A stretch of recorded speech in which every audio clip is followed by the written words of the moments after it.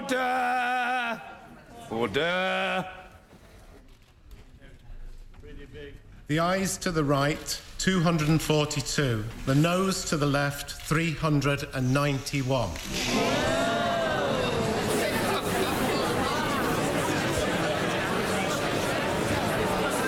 The ayes to the right, 242. The noes to the left, 391. So the noes have it. The noes have it. Unlock. Order. Point of order. The Prime Minister.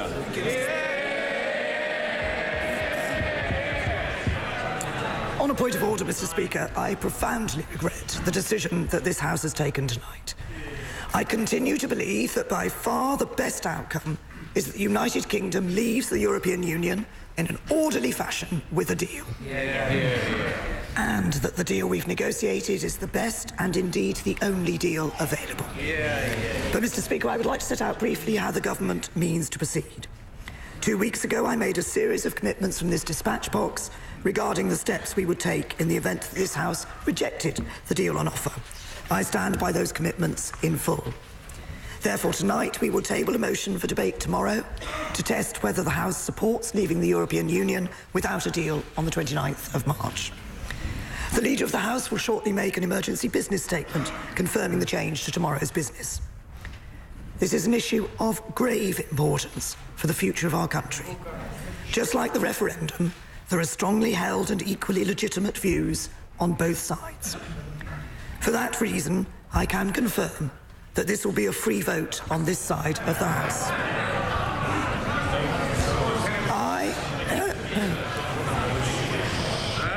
And I have personally struggled with this choice, as I'm sure many other honourable members will. I'm passionate about delivering the result of the referendum, but I equally passionately believe that the best way to do that is to leave in an orderly way with a deal. And I still believe that there is a majority in the House for that course of action. And I'm conscious also of my duties as Prime Minister of the United Kingdom of Great Britain and Northern Ireland, and of the potential damage to the Union that leaving without a deal could do when one part of our country is without devolved governance.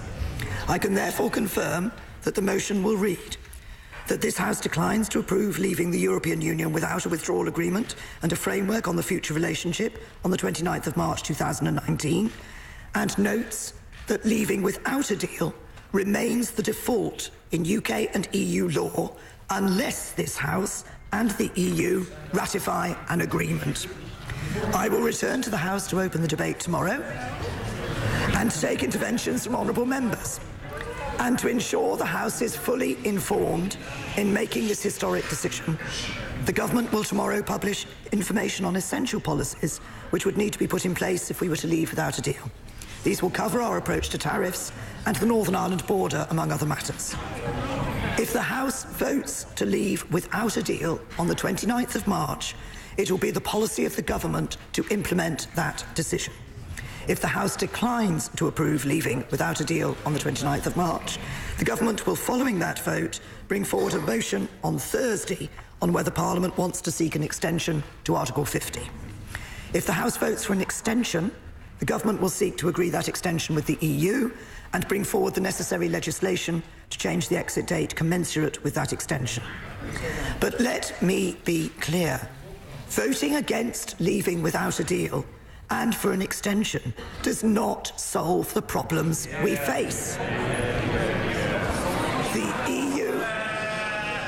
The EU will want to know what use we mean to make of such an extension.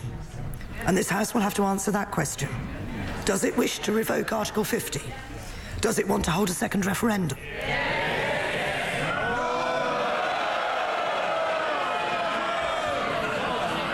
Or does it want to leave with a deal but not this deal? These are unenviable choices.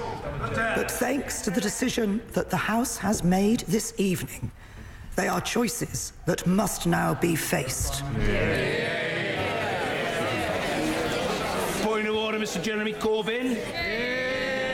Thank you, Mr. Speaker. The government has been defeated again by an enormous majority, and they must now accept their deal, their proposal, the one the Prime Minister has put, is clearly dead and does not have the support of this House. And quite clearly, no deal must be taken off the table. We've said that before, and we'll say that again. But it does mean the House has got to come together with a proposal that could be negotiated. The Labour Party has put that proposal, and we will put that proposal again, because the dangers of what the Prime Minister is proposing are basically that she carries on threatening us all with the danger of no deal, the danger of that, knowing full well the damage that will do to the British economy. This party will put forward our proposals again, which are about a negotiated customs union, access to the market and protection of rights. Those are the ones we'll put forward. We believe there may well be a majority for them, but there will also be the potential of negotiating them. The Prime Minister has run down the clock, and the clock has been run out on her. Maybe it's time instead we had a general election and the people could choose who their government should be. Point of order, Mr. Ian Blackford. Thank you, Mr. Speaker. This is a humiliating defeat for the government this evening, and this deal should not come back in any way, shape, form again. Mr. Speaker, people will once again be looking on at this Parliament and at this government in despair. The next few days are the opportunity finally to take some essential steps. Tomorrow, we have the opportunity to vote to block any attempt to leave the EU without a deal. And the Prime Minister must act as Prime Minister, not as the Tory party leader, and bring her party into line. Stop the UK being dragged off a cliff and vote against a no-deal Brexit. As Prime Minister, it is the duty of the government to act in all our national interests, and that means ruling out no deal. And then we in the Scottish National Party will be prepared to engage in discussion with the government on securing an extension to Article 50 that is long enough to enable the issue to be put back to the people. This afternoon, the First Minister of Scotland told the Prime Minister that in the event that the deal was voted down again, we would engage constructively on sensible proposals. These proposals must include another EU referendum. Mr. Speaker, can you advise on what options are open to the House to bring these proposals forward swiftly in the interests of time? We have a responsibility to end the uncertainty for all our constituents and all our businesses. Right honourable gentleman for his point of order, which I think was probably directed at a wider... So there you have various MPs standing up talking about what's just taken place in the Houses behind me. And what we've seen is Theresa May's Brexit deal has once again been roundly defeated, only less harshly than last time in January. She lost by 149 votes compared to 230 a month ago. 2 months ago, she also talked about laying out the table for the next 2 days. Voting whether or not to take a no deal off the table will happen tomorrow, and the following day, depending on how that goes, we'll have a vote about an extension of Article 50. Very, very importantly, and we'll get our political analyst Carol Walker to help us through this, she said, and she freed and released her MPs to have a vote of conscience, if you like, a vote of conscience, a free vote on this matter tomorrow. Yeah, absolutely. This is a Prime Minister who has gone down to another shattering defeat. You're right, it wasn't quite as enormous as the biggest ever defeat which she went down to in January. But nonetheless, with 17 days to go till Brexit, her entire strategy is now in tatters. This is a Prime Minister who now was unable to say what she felt the next step should be, was unable to whip her party.